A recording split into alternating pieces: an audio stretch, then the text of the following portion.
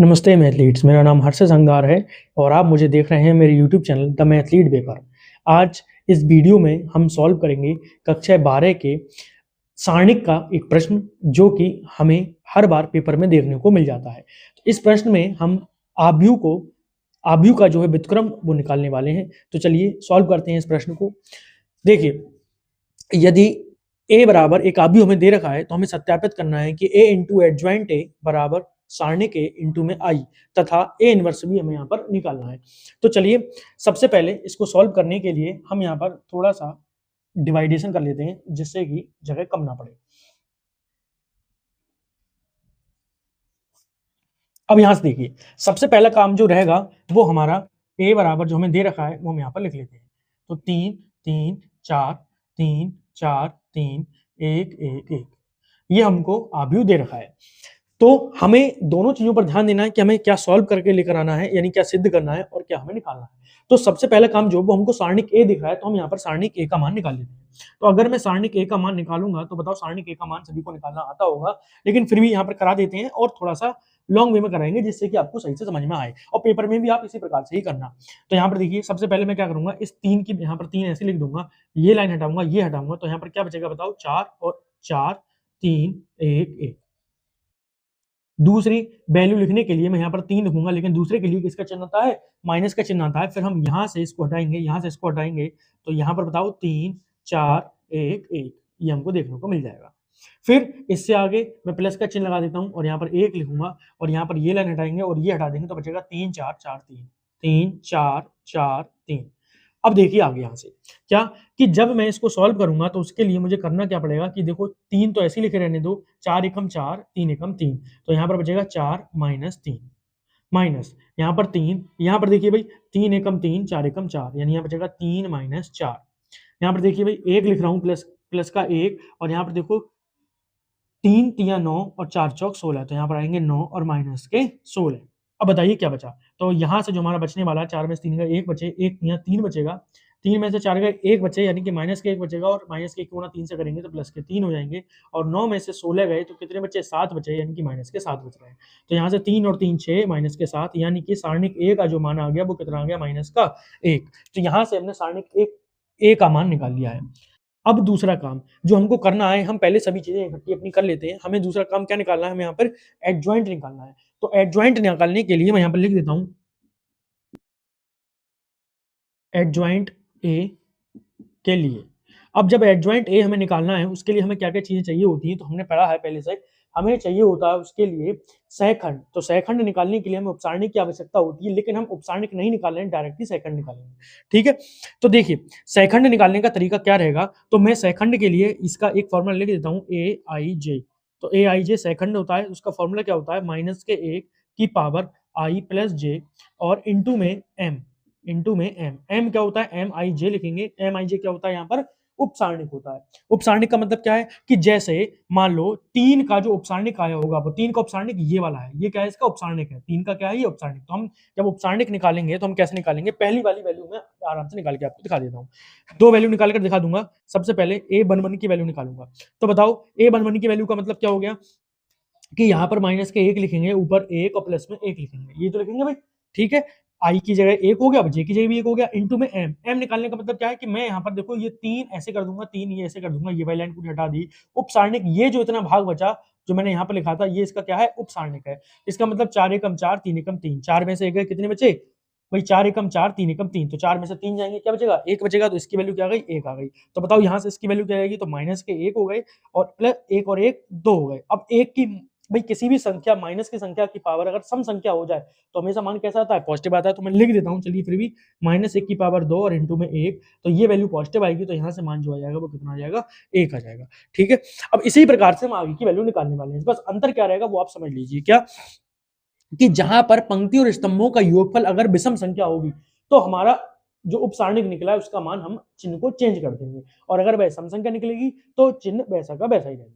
ठीक है भाई, तो हम यही काम करते हैं। अब देखिए अगले बिंदु क्या होगा, हमारा A12 होगा। तो A12 बताओ कैसे निकालते हैं।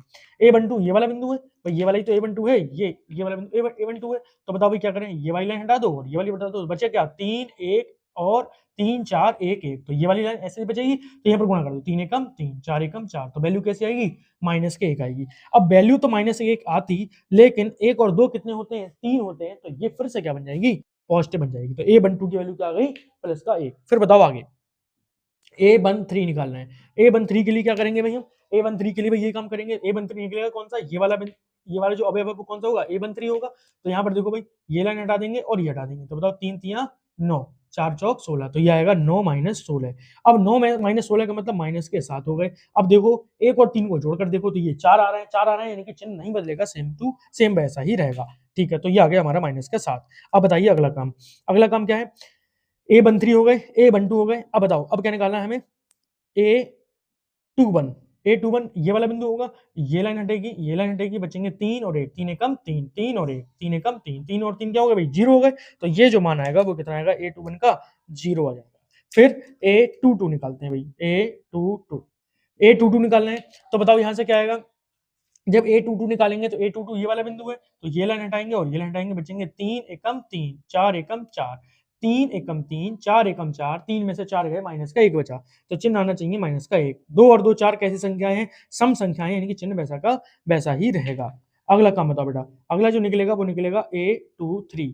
A23 निकालो, तो A23 निकालने के लिए हम क्या करेंगे? ये वाला बिंदु लेंगे, तो ये हटा दो और ये हटा दो, तो बचे कितने? 3 तियां 9 और 4 तियां 12, 3 तियां 9, 4 तियां 12, 9 में से 12 गए, कितने बचे? 3 बचे आएंगे, किसके? माइनस के 3। लेकिन 2 और 3 कितने होते हैं? 5। जब 5 होते हैं तो चिन्ह हमारा बदल जाएगा, यानी कि ये हो जाएगा प्लस का 3। अब A23 निकल गया। अब हम यहाँ से निकालते हैं अगला काम, क्या? A31, A31 निकालिए भाई। A31 कौन सा बिंदु है? ये वाला बिंदु है A31, ये वाला, तो ये लाइन हटा देंगे, ये हटा देंगे, 3 एकम 3, 4 एकम 4, तो 3 और 4, 3 में से 4 गए, माइनस के 1 बचेगा, तो यहाँ पर माइनस के 1 ले लेते हैं। 3 और 1 भी कितने होते हैं? 4 होते हैं, तो सम संख्या है, इसका मतलब चिन्ह नहीं बदलेगा।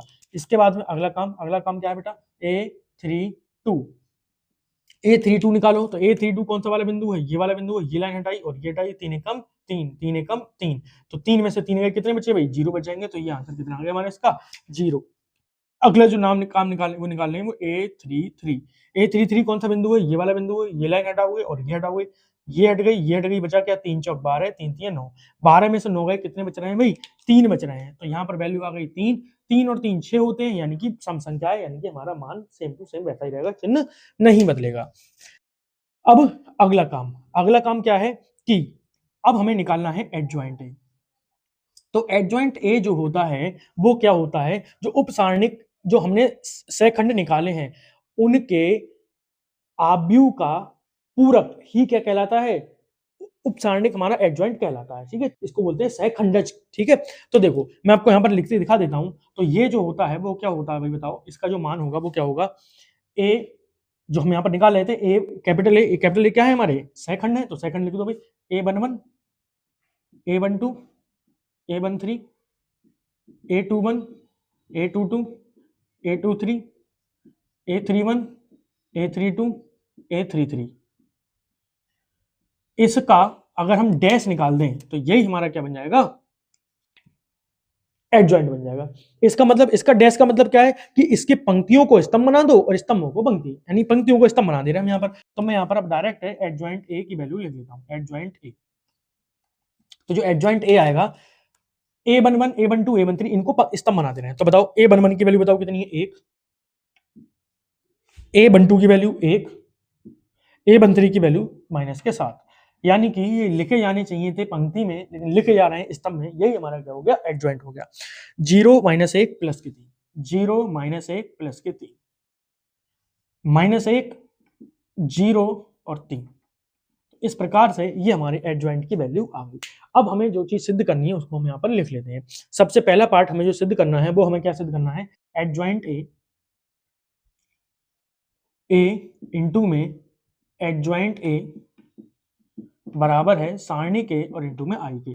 तो मैं यहाँ पर क्या कर रहा हूँ? वैसे तो हम लेफ्ट हैंड साइड और राइट हैंड साइड लेकर सॉल्व करते हैं, मैं यहाँ पर एक ही साथ में पूरा काम कर देता हूँ। तो एक ही साथ में कैसे करेंगे? तो एक की वैल्यू लगा दो भाई, लेफ्ट हैंड साइड और राइट हैंड साइड एक ही साथ सॉल्व कर रहा हूँ, तो जिससे कि हम सवाल को जल्दी कर पाए, जगह हमारी ज्यादा खर्च ना हो।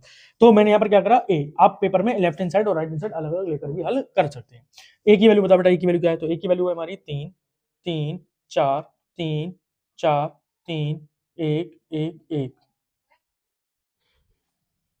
एडजॉइंट बताओ, 1 1 माइनस 7 0 माइनस 1 3 माइनस 1 0 3 बराबर में किसकी वैल्यू भाई, एक सारणी के का मान हमने निकाला था माइनस के 1 आया।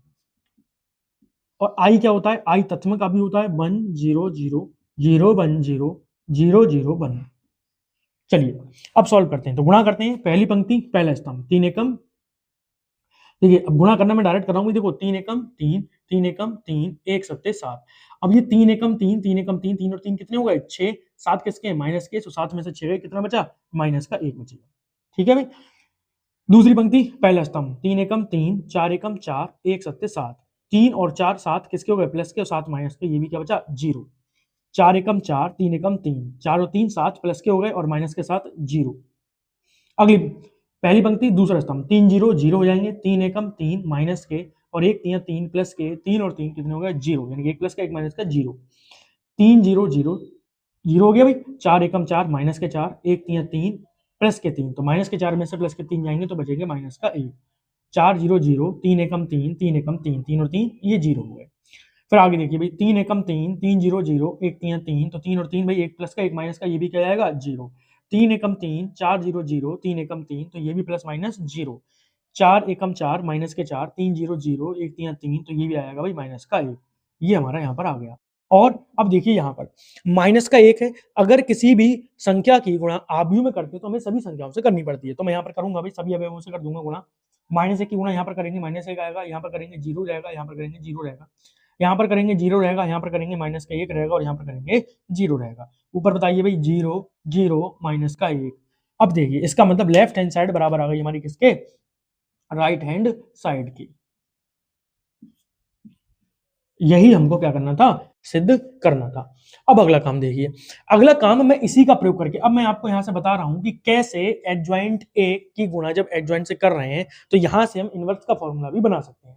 कैसे, तो देखिए भाई ए इंटू एडजॉइंट ए बराबर है सारणी के और साथ में आई। अगर मैं यहां पर दोनों तरफ ए इनवर्स से गुणा कर दूं तो बताओ क्या बचेगा भाई, ए इनवर्स से अगर मैं गुणा कर रहा हूं तो ए इनवर्स से इसकी गुणा होगी भाई, यहां पर ए इनवर्स इंटू में यहां पर बताइए एडजॉइंट ए, ये तो हो गया भाई बराबर में ए, ये तो संख्या है, ए इनवर्स से गुणा असल में होगी किसकी, आई की होगी, आई से किसी भी गुणा कर दो ए इनवर्स ही रहेगा, तो यहाँ पर ए इनवर्स की गुणा ए से होगी तो आई बन जाएगा, आई की गुणा इससे कर दोगे तो एडजॉइंट ए की गुणा आई से करेंगे तो एडजॉइंट ए बचेगा। कुल मिलाकर यहाँ पर जो बचेगा वो एडजॉइंट ए बचने वाला है।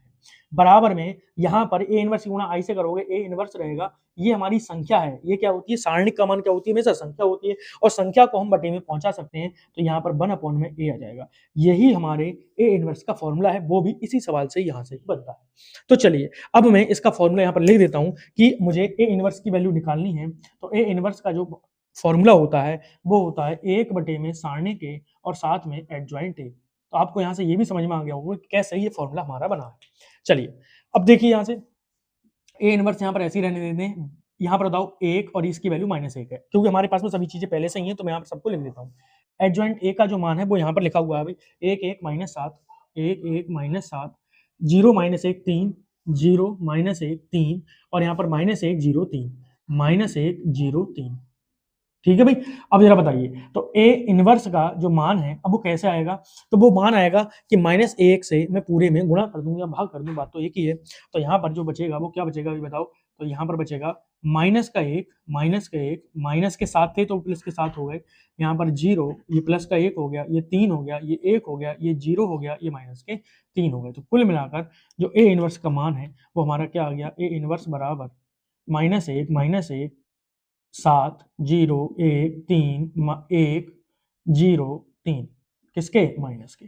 इस प्रकार से भाई हमने इस सवाल में दो चीजें हमें जो सॉल्व हमें यहाँ पर सिद्ध करनी थी वो हमने सिद्ध कर दी, और ए इनवर्स हमें निकालना था हम निकाल चुके हैं। मेरे ख्याल से आपको ये सवाल समझ में आ गया होगा, और इसी प्रकार की अन्य वीडियोस देखने के लिए आप मेरे चैनल द मैथलीट वे को सब्सक्राइब कर सकते हैं। मेहनत करते रहिए, खूब पढ़िए, मिलते हैं किसी अन्य वीडियोस में। धन्यवाद।